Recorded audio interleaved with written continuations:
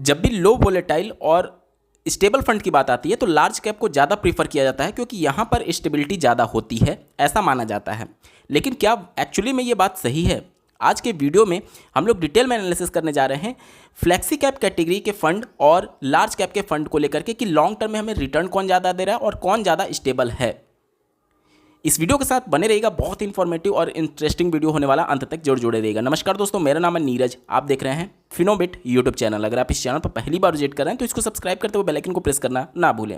मैं डिस्क्लेमर दे दूं, ये कोई भी रिकमेंडेशन या फिर सजेशन नहीं है, सिर्फ और सिर्फ प्रीवियस डेटा के हिसाब से एनालिसिस आपके सामने रख रहा हूँ।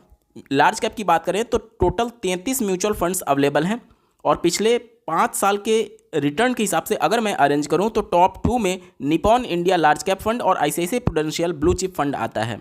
और जब मैं इसको एयूएम वाइज अरेंज कर देता हूं तो सबसे बड़ा एयूएम लार्ज कैप में ICICI Prudential blue chip fund का है, जो कि 60,000 करोड़ को भी पार कर चुका है। लार्ज कैप के जो म्यूचुअल फंड्स होते हैं उनके लिए कंडीशन क्या है, एक बार बात कर लेते हैं। तो सेबी के गाइडलाइन के अनुसार लार्ज कैप, मिड कैप और स्मॉल कैप में तीनों में इन्वेस्टमेंट किया जा सकता है, लेकिन लार्ज कैप का जो एक्सपोजर होगा वो कम से कम 80% का होगा। बाकी मिड कैप और स्मॉल कैप में बाकी जो 20% बचा है वो फंड मैनेजर चाहे तो इन्वेस्टमेंट कर सकता है या फिर डेट में अपना एक्सपोजर रख सकता है, ठीक है। लेकिन मेजर जो पैसा जाएगा 80% एलोकेशन जो होगा वो केवल और केवल लार्ज कैप में हो सकता है। और अगर बात करें फ्लेक्सी कैप कैटेगरी के म्यूचुअल फंड की, तो फ्लेक्सी कैप में सेबी के गाइडलाइन के हिसाब से लार्ज कैप, मिड कैप और स्मॉल कैप का कोई भी एलोकेशन पहले से प्री डिफाइंड नहीं है। फंड मैनेजर चाहे तो पूरा का पूरा पैसा उठा करके लार्ज में डाल सकता है या फिर पूरा का पैसा उठा करके वो मिड में डाल सकता है या फिर स्मॉल में डाल सकता है। किसी भी प्रकार की रिस्ट्रिक्शन नहीं होती है, या फिर चाहे तो वो डेट में भी कुछ एक्सपोजर रख सकता है। लेकिन फ्लेक्सी कैप कैटेगरी में अधिकांश फंड्स अगर आप देखेंगे तो उसमें मैक्सिमम जो एक्सपोजर होता है वो लार्ज कैप का होता है, लार्ज कैप का, ठीक है। यानी कि आप इसको ऐसे समझ सकते हैं कि फ्लेक्सी कैप होने के बावजूद भी ये लार्ज कैप का एक्सपोजर ज़्यादा रखने की वजह से लार्ज कैप की तरह ही बिहेव करता है। इसी वजह से लार्ज कैप और फ्लेक्सी कैप को मैं यहां पर कंपेयर कर रहा हूं, ठीक है। अब अगर थोड़ा सा और डीप में हम लोग चलें और निपॉन इंडिया लार्ज कैप का परफॉर्मेंस अगर हम लोग देखें तो यहां पर मैं आंकड़े आपके सामने रखता हूं, देखिए। और उसके बाद से आईसीआईसीआई प्रूडेंशियल का भी डेटा हम लोग देखने वाले हैं, ठीक है। सबसे पहले बात कर लेते हैं Nippon India large cap fund की। तो इस फंड ने जो सिंस इंसेप्शन रिटर्न दिया है, डेटा आपके सामने है, वो रिटर्न है 16% के आसपास, 15.9% का इनका रिटर्न है, ठीक है। ये जो फंड लॉन्च हुआ था वो 1 जनवरी 2013 को लॉन्च हुआ था, यानी कि ऑलमोस्ट 12 साल से ज़्यादा का समय इस फंड को हो चुका है। और अगर इनका मैं पिछले 1 महीने, 3 महीने और 6 महीने का डेटा दिखाऊं रिटर्न वाइज, क्योंकि पिछले 6-7 महीने से लगातार मार्केट में गिरावट हो रही है और यही सही समय होता है किसी भी फंड के परफॉर्मेंस को चेक करने के लिए, क्योंकि बुल रन में तो सभी रिटर्न देंगे, लेकिन मार्केट जब करेक्ट करती है तब ये कैसा परफॉर्म करता है वो हमारे लिए ज़्यादा इंपॉर्टेंट होता है। तो पिछले 1 मंथ में आप देख सकते हैं निपॉन इंडिया लार्ज कैप ने निगेटिव में 2.5% का रिटर्न दिया है, पिछले 3 महीने में लगभग 12.25% का, और पिछले 6 महीने में 12% निगेटिव इस फंड ने रिटर्न दिया हुआ है। ये लार्ज कैप का फंड है, ठीक है, ध्यान से देखिएगा। अब एक बार हम लोग बात करें दूसरे फंड की, जो था आपका ICICI Prudential blue chip fund. तो इनका डेटा अगर मैं आपके स्क्रीन पर रखूं तो इनका सिंस इंसेप्शन जो रिटर्न है वो 15.5% का है।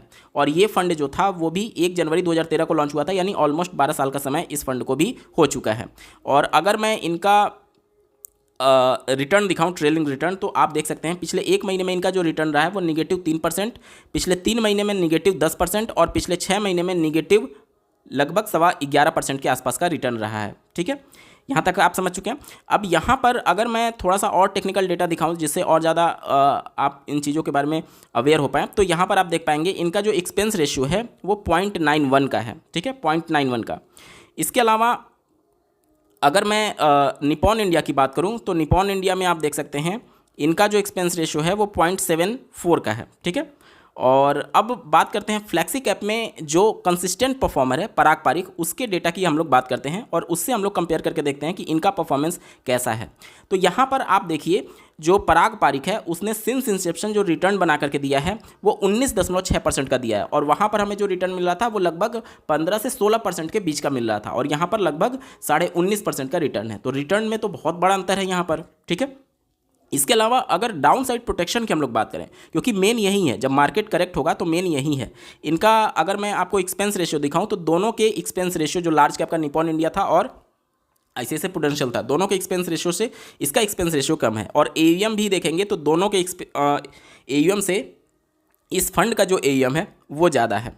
और इस फंड का इंसेप्शन डेट देखेंगे तो 2013 का फंड ये भी है, यानी ऑलमोस्ट 12 साल इस फंड को भी हो चुका है। अब अगर मैं इनका रिटर्न दिखाऊं तो पिछले एक महीने में जो इसने रिटर्न दिया है वो निगेटिव लगभग 4.25% के आसपास दिया है। 3 महीने में जो रिटर्न दिया है वो 7% के आसपास निगेटिव में, और 6 महीने में जो रिटर्न दिया है वो 4.25% के आसपास निगेटिव में दिया है। और वहीं पर वो जो फंड थे 10% से लेकर के 12% तक टूटे हुए थे। तो ये जरूरी नहीं है कि लार्ज कैप का फंड है तो आपको ज़्यादा स्टेबिलिटी देगा, ज़्यादा डाउनसाइड प्रोटेक्शन देगा। अगर आप सही से फंड सेलेक्ट करते हैं तो फ्लेक्सी कैप कैटेगरी का होते हुए भी वो आपको ज़्यादा डाउनसाइड प्रोटेक्शन दे सकता है। अब मैं इनका अगर आपको फंड डिस्ट्रीब्यूशन दिखाऊं जिससे और ज़्यादा आपको चीज़ें समझ में आएंगी, तो यहाँ पर देखिए इक्विटी में टोटल एक्सपोजर का ये लगभग 77% के आसपास रख रहे हैं, और डेट और कैश में इनकी होल्डिंग लगभग 22% के आसपास है। अब यहाँ पर देखिए लार्ज कैप का एक्सपोजर इन्होंने 60% से ज़्यादा रखा हुआ है, मिड कैप का एक्सपोजर बहुत कम और स्मॉल कैप का एक्सपोजर बहुत कम। ठीक है, अब अगर मैं लार्ज कैप वाले फंड में आपको ले चलूँ निपॉन इंडिया वाला, तो ये निपॉन इंडिया का डेटा आप अपने स्क्रीन पर देख पा रहे होंगे। अगर मैं इनका फंड डिस्ट्रीब्यूशन दिखाऊं तो देखिए इक्विटी में जो इनका एक्सपोजर है वो 98.5 का है, और कैश और डेट में होल्डिंग इनकी 1.5% के आसपास है। लार्ज कैप में एक्सपोजर इनका 83% के आसपास है। मैंने आपको क्या बताया था कि मिनिमम आपको 80% रखना ही है लार्ज कैप में, जो large cap pure large cap का फंड होगा। ठीक है, तो ये निपॉन इंडिया लार्ज कैप का फंड आप देख पा रहे होंगे, 83% जो है वो लार्ज कैप में एक्सपोजर है, मिड कैप में 11% और स्मॉल कैप में 4% का एक्सपोजर है। ठीक है, इसके अलावा आईसीआईसीआई प्रूडेंशियल की बात करें तो इनका भी फंड डिस्ट्रीब्यूशन मैं आपके स्क्रीन पर रखता हूं जिससे और ज़्यादा क्लियरिटी आपके सामने आए। देखिए इनका फंड डिस्ट्रीब्यूशन ये कहता है कि 92% के आसपास ये इक्विटी में एक्सपोजर रखे हुए हैं, जिसमें से 85% जो है वो लार्ज कैप में है। क्यों? क्योंकि कंडीशन ही है कि 80% तो आपको रखना ही है, मैक्सिमम आप कितना भी रख सकते हैं, मिनिमम आपको इतना रखना ही है।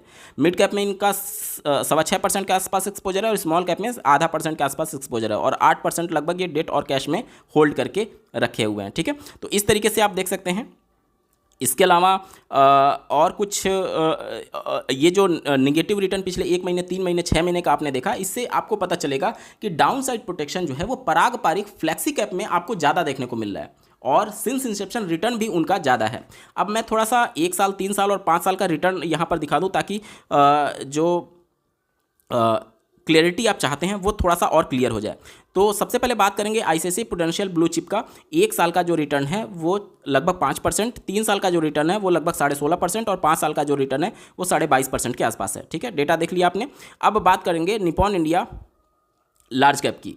तो निपॉन इंडिया लार्ज कैप का जो रिटर्न है आपके स्क्रीन पर है, देखिए 1 साल का जो रिटर्न है इनका वो 5.5%, 3 साल का जो रिटर्न है वो 19.3%, और 5 साल का जो रिटर्न है वो 23.5% के आसपास है। अब बात करेंगे पराग पारीख की।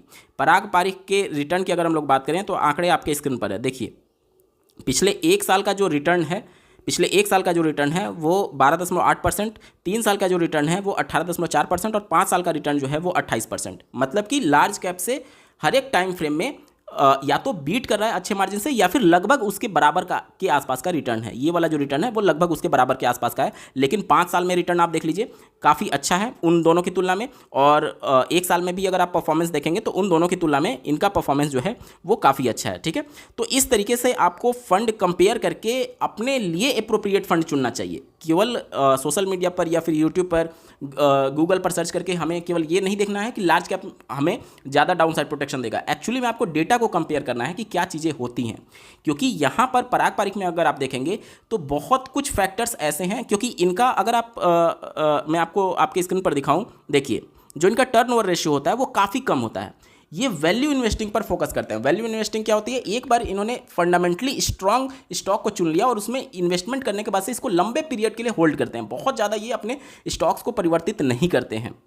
ठीक है, और इनके बावजूद भी इनका कंसिस्टेंट परफॉर्मर ये इन्होंने अपने आप को साबित किया हुआ है। इसी वजह से फ्लेक्सी कैप कैटेगरी में ये टॉप पर रहता है हमेशा एवीएम के मामले में। ठीक है, तो इस तरीके से आप इस फंड की पॉपुलैरिटी को समझ सकते हैं। इसके अलावा आप यहाँ पर भी देख पा रहे होंगे कि पिछले 3 महीने में पराग पारीख फ्लेक्सी कैप में 3,07,697 लोगों ने लगभग 298 करोड़ का इन्वेस्टमेंट किया हुआ है पिछले 3 महीने में। ठीक है, तो लगातार इनफ्लो इस फंड में बढ़ता जा रहा है।